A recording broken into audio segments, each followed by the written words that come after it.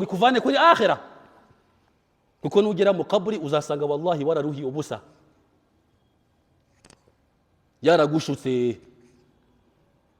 Iyi si imeze nka bakame. Hari umugani wa kera nk'ibi bitabo byo mu mashuri, umugani wa bakame n'ingeragere.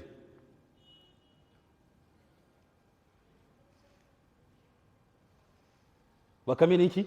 N'ingeragere. Rwo rugero rw'isi Abayisilamu. Ingeragere sinzi amakosa yakoze, ibintu by'imfashanyigisho gusa batangaga, ariko bikwereka uburyo y'inusi ishuka, uburyo y'inusi ntabwo wari ukwiye kuyizera Abayisilamu, ahubwo wakagombye kwizera gutinya Allah subhanahu wa ta'ala, ukizera ibada, niho wakagombye gushyira imbaraga. Naho ibindi byose by'isi wallahi isaha n'isaha byaguhinduka Abayisilamu. Kibaza ni yasi cyangwa bosi wa yarangije arayizirika, yangeragera yishyira mu gafuka avuga ati ngiye kuguhereza urugukwiriye kabisa, ngiye kukujugunya mu mpanga. Nimba yari yariye imineke n'utuvuka ahantu yari afite akarima, narayifata arayizirika kabisa, yishyira mu gafuka sawa sawa. Ageze mu nzira sinzi ikintu yibagiwe uwo mugabo, yibuka ko hari ikintu yibagiwe, ayitereka aho hasi, aravuga ati reka njye gukizana. Bakamira zirahatambuka. Ni bakame yari yakoze ayo makosa. Bakame niyo bari baziritse gutyo, bakame niyo bari bagize ute, bari baziritse, yanakoze n'ayo makosa.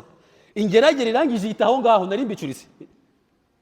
Ingeragere iraza ihita aho ngaho, ambwira ati babite bakame kuri mahanga muri aka gafuka bakuziritse wabaye iki?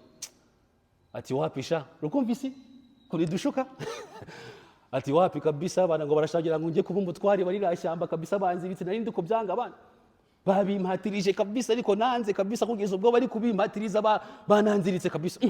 Ingeragere avuga ati subhanallah, wallahi uranga kuba umutwari wowe, uranga kuba umuyobozi kabisa. Ati wallahi ntabyo nshaka kabisa, tibanziritse kabisa ubu ngubu kabisa, ariko ndi kubyanga, ariko nta kundi kabisa, ngo basi vamo nigeremo abana wewe niba utabishaka. Ati wallahi uranga kujya kuyobora turiya dusimba two mu ishyamba, wallahi bakabibanza kwiyangishwa kwanza, ni nako isi imeze kwanza, ibanza ikakwereka kwitayeho kwanza. Ariko wambara kugeramo sasa shekhi kadanangira sawa sawa. Allahu akbar, subhanallah. Ibanza kwanga shekhi, irambwira ati ngo ariko ngo reka mbanze mbitekerezeho. Ingeragere iravuga ati bana reka mvemo bana we niba utabishaka bana. Bakamirangije arambwira ati base ngaho fungura nigiremo, ngewe nigiremo, ndabona wowe utabishaka. Shekhi Ingeragere irafungura, bakamivamo. Siyo yaruhutse gusa, ivuyemo gusa tu. N'isi niko imeze, si irihuka gusa, wowe winjiye muri icyo kibazo yari ishaka kugushyiramo, ihita ijya ku ruhande Abayisilamu, wowe ugasigara urwana n'ibibazo. Ikimara kujyamo, bakame yahise idanangira sawa sawa, irazirika sawa sawa, izirika kurenza uko wa mugabo yari yagize ute yari yaziritse. Bakame irangije irigendera, aravuga ati alhamdulillah, urwanye ndarukize, duniya hisha. Wa mugabo araza wallahi n'imbaraga n'umujinya mwinshi kabisa, aza ari kubatura kagafuka n'imbaraga sawa sawa. Ingeragere aravuga ati ibi bintu ni amahoro cyangwa bana? Ibi bintu wallahi bari kunyirukansamo gutya, ni ukujya kuyobora kweri ni amahoro cyangwa? Bana wa mugabo ageze avuga ati wallahi ndakuroha n'umujinya mwinshi, ati wambeshe kenshi, ubu ngubu ni ukujya gukoroha mu mpanga. Subhanallah. Ingeragere aravuga ati ntabwo ndi bakame, mbabarira ntabwo ndi bakame. Ati wambeshe kenshi shekhe, we ni kenshi cyane wagira ukumbesha ukanshika, ariko ubu ngubu ntabwo urambesha. Bana mbabarira nge ndi Ingeragere ntabwo ndi bakame. Ati wallahi wambeshe rimwe kabiri gatatu, ubu ngubu ntabwo nakwemera. Ati mbabarira basi none ufungure gusa, urasaga ntari bakame. Ntabwo nakurebaho shekhe. Shekhe wa mugabo yarafashe wallahi aragenda ajugunya hehe? Ajugunya mu manga. Icyagutangaje, agisubira mu ishyamba yaragiye abona bakame iridundaritse. Yidundaritse hejuru, wa mugabo wallahi arikanga avuga ati subhanallah, ntabwo ari we mvuye guta hejuru, ntabwo ari we mvuye guta mu manga. Bakame irambwira ati wallahi ntabwo wanshobora ngewe. N'isi niko imeze na duniya, wowe wigira ngo uri umuhanga, ariko wallahi iraho ngaho ikakubwira ati wallahi nta bwenge ufite. Sasa ni kwisi imeze Abayisilamu, ntacyo wakora ngo ugire amayeri kurenza isi, ntibishoboka Abayisilamu. Iyo tuvuga ino si haba harimo shayitani, harimo amosha, harimo ibintu byinshi. Waba utinya Imana, nushaka ubusari, nushaka uburi shekhe, nushaka uburi umumenyi umeze gute, iyi si nta bwenge wagira kuyirenza Abayisilamu, uretse gusa kwiyerekeza kwa Allah subhanahu wa ta'ala no gutinya Mwenyezi Mungu subhanahu wa ta'ala, ugasaba Mwenyezi Mungu tawfiq basi. Ariyo mpamvu Mwenyezi Mungu subhanahu wa ta'ala muri Qur'an ariko twiyereka isi, aratubwira ati man kana yuridu al-ajila, ngo wa wundi uzashaka ibyihuse. Ariyo singi y'Abayisilamu, man kana yuridu al-ajila, wa muntu uzashaka ibyihuse hano ku isi, ajalna lahu fiha ma nurid, ngo tuzamwihutishiriza muri iyo si byashaka. Uzashaka ibyihuse hano ku isi, ngo tuzamworohereza ibyihuse ashaka muri iyi si. Allah arangije aravuga ati liman nuridu, ariko noneho tuzanabihereza n'uwo dushaka. Urebe ikibazo cy'isi Abayisilamu, wallahi ushobora kubona yishakamo n'ibintu byihuse Abayisilamu, ariko n'ubundi nta n'ibyo uzanabona uretse ibyo Allah subhanahu wa ta'ala yagize ute, uzayirukankaho, ariko n'ubundi ntabwo uzabona ibirenze ibyo Allah subhanahu wa ta'ala yapanze. Bitandukanye na akhira.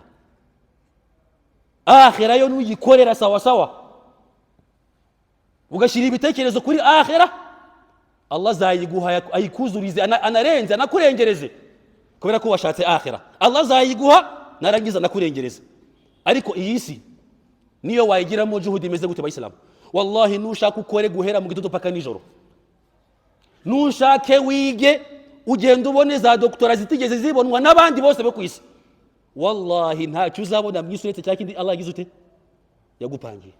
Nushaka kubibona gutyo, hano ku isi uzabona abantu bize bafite za degree tutigeze banazitaye ubwoba cyane, ariko wallahi nta kazi afite, aricaye ubu ngubu aricaye, ari gukoreshwa n'umuntu utarize. Wallahi ibintu byose ari kugenda akamubaza ati hano sobanurira bimeze gute, niwe bosi we. Isi nushaka kwiruka nkimo gute, uriga mashallah ni byiza, ariko ntabyo uzageraho n'ubundi uretse bya bindi Allah yagize ute, yagupangiye. Iyi si ni qadari, yirukankemo, yigemo, yigiremo icyubahiro, Allah ntabyo araguha uretse n'ubundi bya bindi Allah yagupangiye. Hari umuntu ushyiraho imihigo akavuga ati bara iyi si ngiye kuyibonera mu mashuri mpaka nyigereho, wallahi akiga isi Allah akayimwima. Iyi si ngiye kuyishakira mu cyubahiro, shekhe ibyubahiro byose akabigeraho, ariko n'ubundi akisanga ntaho arageza. Ibyubahiro wallahi yarabimuhaye, ariko amwima amafaranga. Hasa niyo mpamvu Mwenyezi Mungu subhanahu wa ta'ala atubwira ati man kana yuridu al-ajila, wa wundi ushaka ibyihuse hano ku isi, ajalna lahu fiha ma nurid liman nasha,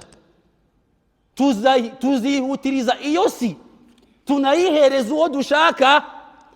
Ntabwo tuzayiguhereza bijyane n'ukuri kubishaka wowe. Ubu twese ko turi hano Abayisilamu, ntawe udafite inzozi amaranye n'imyaka 10 na 20. Hari n'abasazanye n'izo nzozi barinze banazisazana, ntabwo Allah yigeze azibagezaho. Si bahari, barari ntabwo bahari. Hari umuntu wifuje akiri umusore, yifuza kugira abana, yifuza kugira imitungo, yifuza kwiga, yifuza kubiki byose, aramutse ashize ku rupapuro ibyo yifuze byose, arasanga wallahi nta na kimwe Allah yamuhaye. Siko bimeze, azarinda napfa n'izo nzozi zipfanye, akajya no muri mwanandani, kubera ko iyi si ni kwa Allah yitanga.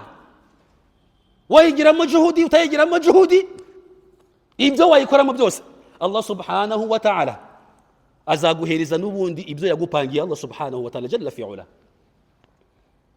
Bitandukanye na akhira. Akhira yo nuyishaka ukayishyiramo imbaraga, ugasaru, ugafunga, ukagira tauba, Allah azayiguha yawmul qiyamah, narangiza nayikurengereze. Bitandukanye n'ibyo wakoze, uko tuzabona ijuru ntago rizaba rihwanye na ibada twakoze Abayisilamu. Allah azaba yanatwongeremo n'ibindi, ariko ino si shekhe nushakura kubita n'umutwe hasi, wallahi ntabyo uzabona mu isi uretse ibyo Mwenyezi Mungu subhanahu wa ta'ala yagize ute yagupangiye. Wallahi wa billah, bya bindi Allah yagupangiye n'ubundi nibyo uzabona.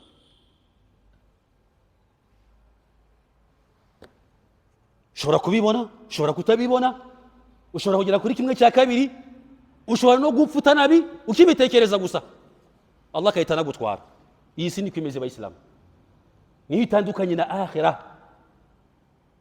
Mwenyezi Mungu subhanahu wa ta'ala arangije aratubwira ati kulla numiddu haula wa haula'i min ata'i rabbik wama kana ata'u rabbika mahdhuran. Usabisi Allah azamuhereza ibyo ashaka mu isi. Sinzi nimba kino kintu muri kucyumva Abayisilamu. Iyo turi gusaba isi, Allah duhereza uko ashaka. Ya Allah mpereza imitungo ingana gutya, Allah araguha ibyo ashaka kuko ni isi wasabye.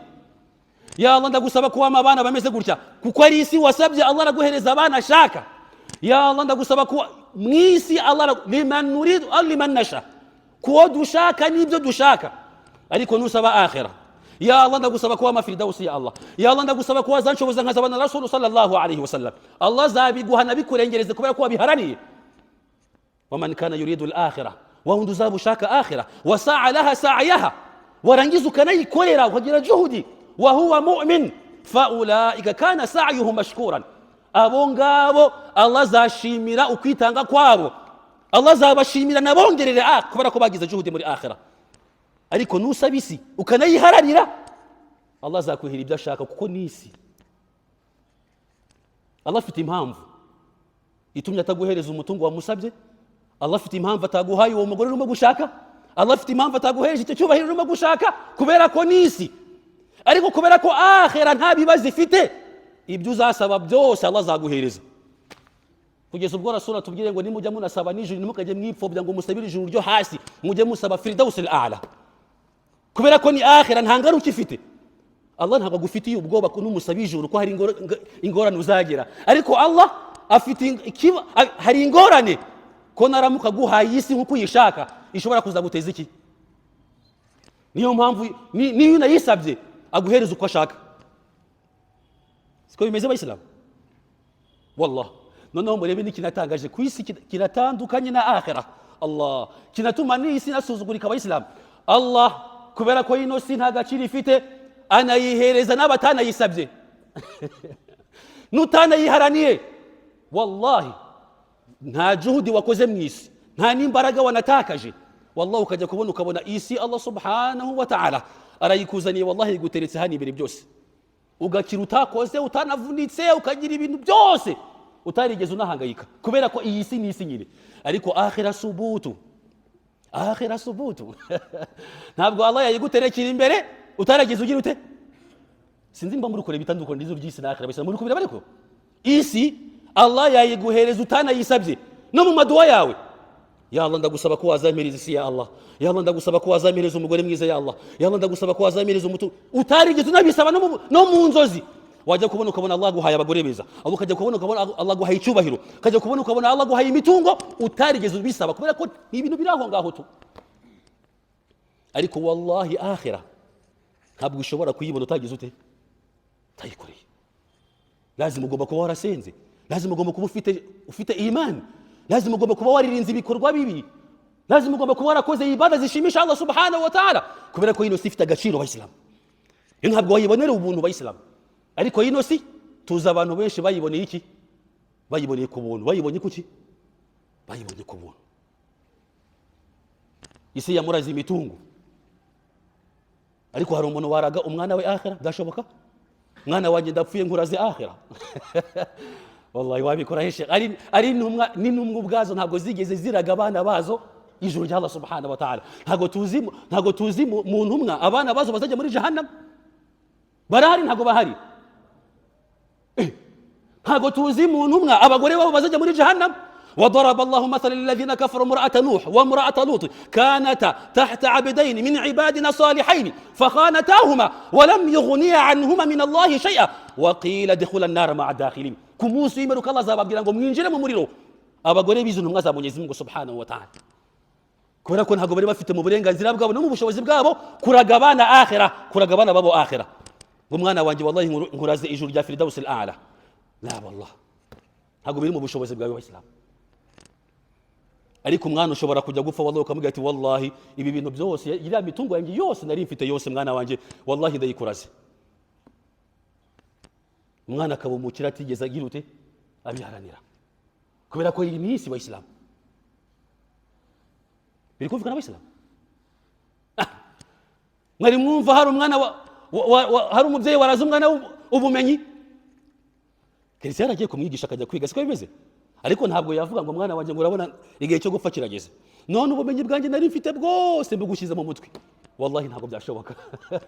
umwana wawe niba ataragiye kwiga, Sheikh azakomeza kubaho gutyo wallahi atazi gusoma no kwandika paka agiye kwiga. niyo se yaba yari umuntu wize gute? hari ibintu bitaragwa abayisilamu. imitungo kubera ko nta gaciro ufite, ibintu by'isi byose wabiraga abantu, waraga umuntu amazu, waraga umuntu amamodokari. ibintu nabyo binadushuka abayisilamu, umuntu akabibona atarushye. ariko buno bumenyi dusuzugura abayisilamu, iyi akhira dusuzugura, ntabwo wayiraga umuntu ugiye gupfa. bano bumenyi bwanjye bwose ndabufashe tu ala utarabumwigishije ntabwo yabugira, kubera agaciro k'iki ka buno bumenyi n'agaciro ka akhira. usabe Mwenyezi Mungu Subhanahu wa Ta'ala tworohereze inshallah. mu yindi hadithi itugaragariza iyi si y'Islam, intumwa y'Imana Muhammadin sallallahu alaihi wasallam iratubwira ngo man kanati dunya hammuhu, ngo umuntu ibitekerezo bye hamu yake itakuwa ni dunia tu, ibitekerezo bye, ibyifuzo bye, imipango ye, gahunda ze zose n'isi. Allah subhanahu wa ta'ala muri hadithi Rasul sallallahu alaihi wasallam aratubwira ati farraqa Allahu alayhi amra, ngo Mwenyezi Mungu subhanahu wa ta'ala azatandukanya ibikorwa bye, azacanganyikirwa. umuntu aramuka yishizemo isi gusa muri we, igihano cya mbere Allah subhanahu wa ta'ala azamuhereza hano ku isi, farraqa Allahu alayhi amra, Allah azamuha gucanganyikirwa mu bikorwa bye, azabura icyo afata n'icyo areka. hari abantu bagera kubera isi yamubanye myinshi ukabona ameze nk'umuntu utari tayari. sinzi hari arimo kubara ibyahariya, sinzi ari kubara ibyahariya, sinzi ari ibyahariya, sinzi ibyahariya. farraqa Allahu alayhi amra, uzasanga gahunda ze zitandukanye, Allah yarazitandukanyije. Sheikh genda buhoro, pole pole Sheikh, hawina ala nafsik. sinzi hari uri mu badamu uri kubabara, sinzi umudamu uri muri Kongo, sinzi umudamu uri hehe, sinzi uri Buganda, sinzi uri muri Kenya, sinzi abana bari hehe, sinzi imitungo uri hariya, sinzi ibiki byose, ibintu byose urashaka gukusanya byose. farraqa Allahu alayhi amra, Allah azamucanganyikisha muri gahunda ze. Waislamu ntago tujya tubibona se, ugasanga umuntu n'imitungo afite. iyi ni isi turimo kuganira abayisilamu, Rasul sallallahu alaihi wasallam ko yatubwiye, ariko ugasanga abiwe mu rugo ntago bamubona, abiwe mu rugo ntago bagira ute. farraqa Allahu alayhi amra, Allah yamucanganyikishije muri gahunda, agira gahunda nyinshi kugeza ubwo hari ahantu atakigera. ntakiryama ngo asinzire.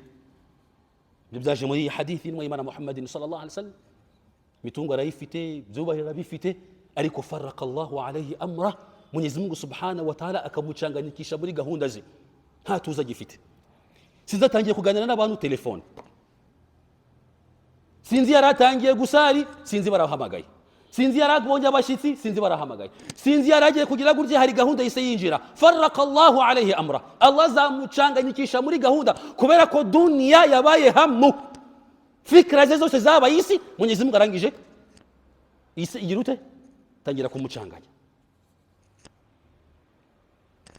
Rasul sallallahu alayhi wasallam akatubwira ngo waja'ala faqrahu bayna aynayhi, wa Mwenyezi Mungu Subhanahu wa Ta'ala azamushira ubukene hagati y'amaso ye.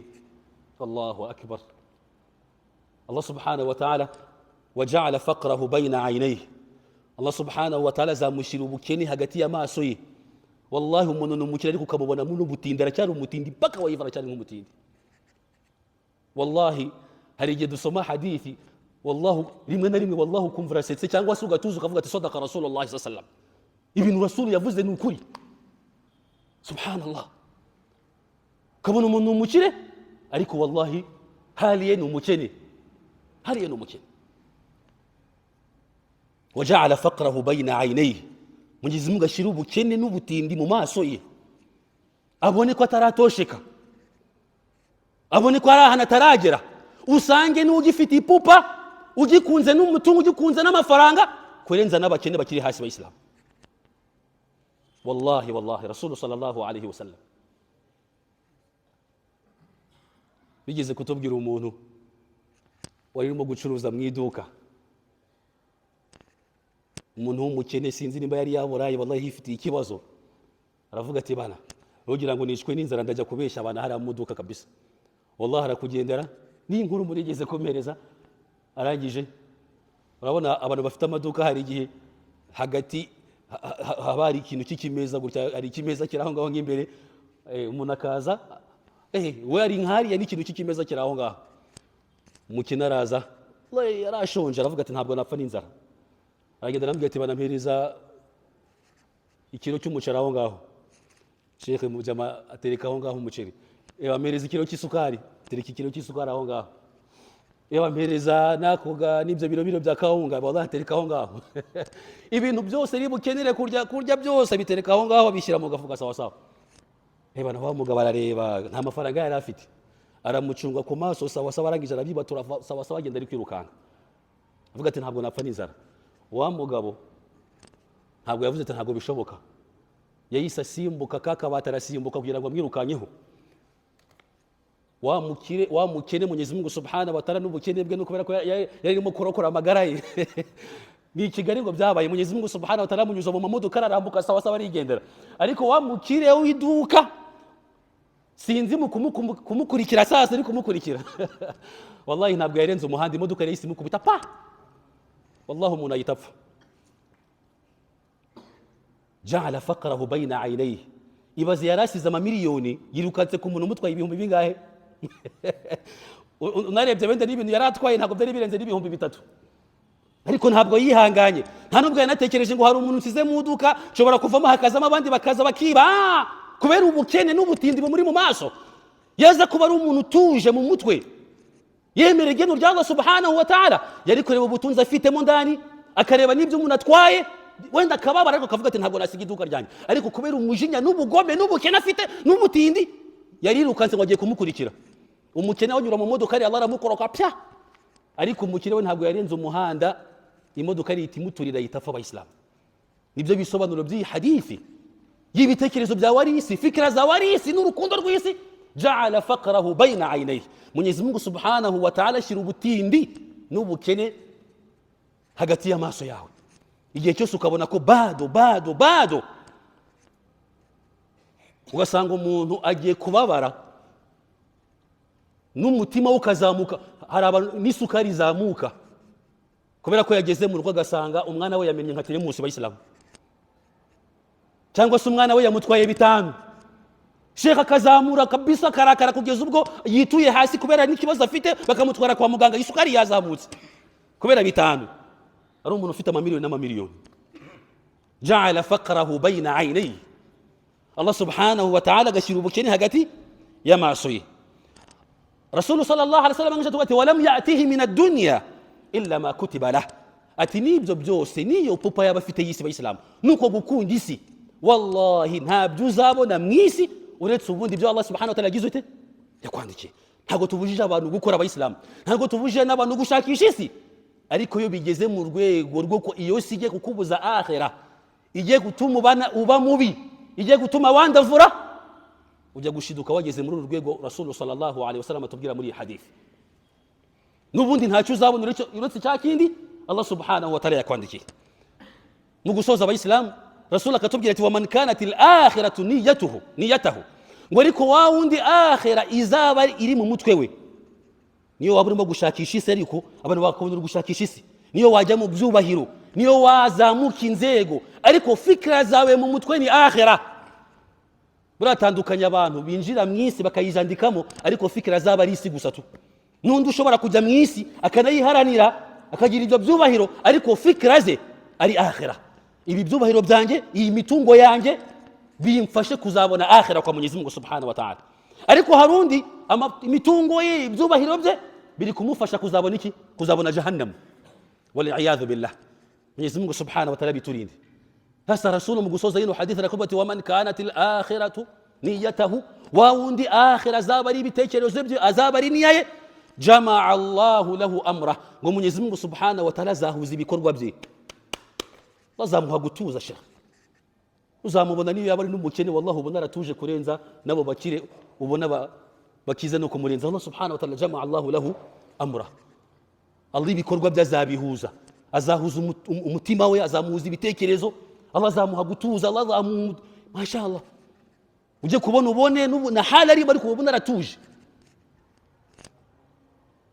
Waja'ala ghinahu fi qalbi, ngo Mwenyezi Mungu Subhanahu wa Ta'ala narangiza ashire ubukire mu mutima we. Mashallah, wallahi usangira umuntu uri kunyurwa, mashallah, kunyurwa n'umugore we n'abana be na hala afite, Allah Subhanahu wa Ta'ala azashira ubukire mu mutima we. Subhanallah. Rasul arangije mu gusoza avuga ati wa atatuhu dunya wa hiya raghima, ngo iyi si azajya yibamo ayisuzuguye, wa hiya raghima, isuzuguritse imbere y'Abayisilamu. Ntabwo uzabona ari kwirukanka afite ipupa. Iyi si kuri we izaba isuzuguritse, kubera ko azajya atekereza iby'iyi si, herezo ryayo, bitume atuza ku isi ya Mwenyezi Mungu Subhanahu wa Ta'ala. Azareba abo bakire arebe iherezo ryabo, avuga ati basi nanjye ntacyo ndukwirukankira. Azareba abo bamenye arebe iherezo ryabo, avuga ati nanjye ntacyo ndukwirukankira. Azareba abo bayobozi arebe iherezo ryabo, avuga ati nanjye ntacyo ndukwirukankira. Azareba abo babayeho imyaka kumurenza abone iherezo ryabo, avuga ati nanjye ntacyo ndukwirukankira. Allah Subhanahu wa Ta'ala azamuha ubukire mu mutima we, amuhe no gutuza no kunyurwa n'ibyo azigute n'ibyo azaba afite. Dusabe Mwenyezi Mungu Subhanahu wa Ta'ala dushyire muri aba bagaragu insha Allah. Allah Subhanahu wa Ta'ala ahereza imitima yo kunyurwa, mashallah. Ndetse Allah Subhanahu wa Ta'ala dushoboze, adushire mu bagaragu ba Allah Subhanahu wa Ta'ala bakora ibada, kandi Allah Subhanahu wa Ta'ala azadushoboze mu bihe byacu bya nyuma, azaduhe gutabaruka kwa Allah Subhanahu wa Ta'ala twaricuje, twarakoze tauba, twishimiye guhura na Allah Subhanahu wa Ta'ala, na Allah Subhanahu wa Ta'ala yishimiye guhura natwe. Allahumma amin. Subhanallahi wa bihamdihi, subhanaka Allahumma bihamdik, nashhadu an la ilaha illa anta nastaghfiruka wa natubu ilayka, walhamdulillahi rabbil alamin.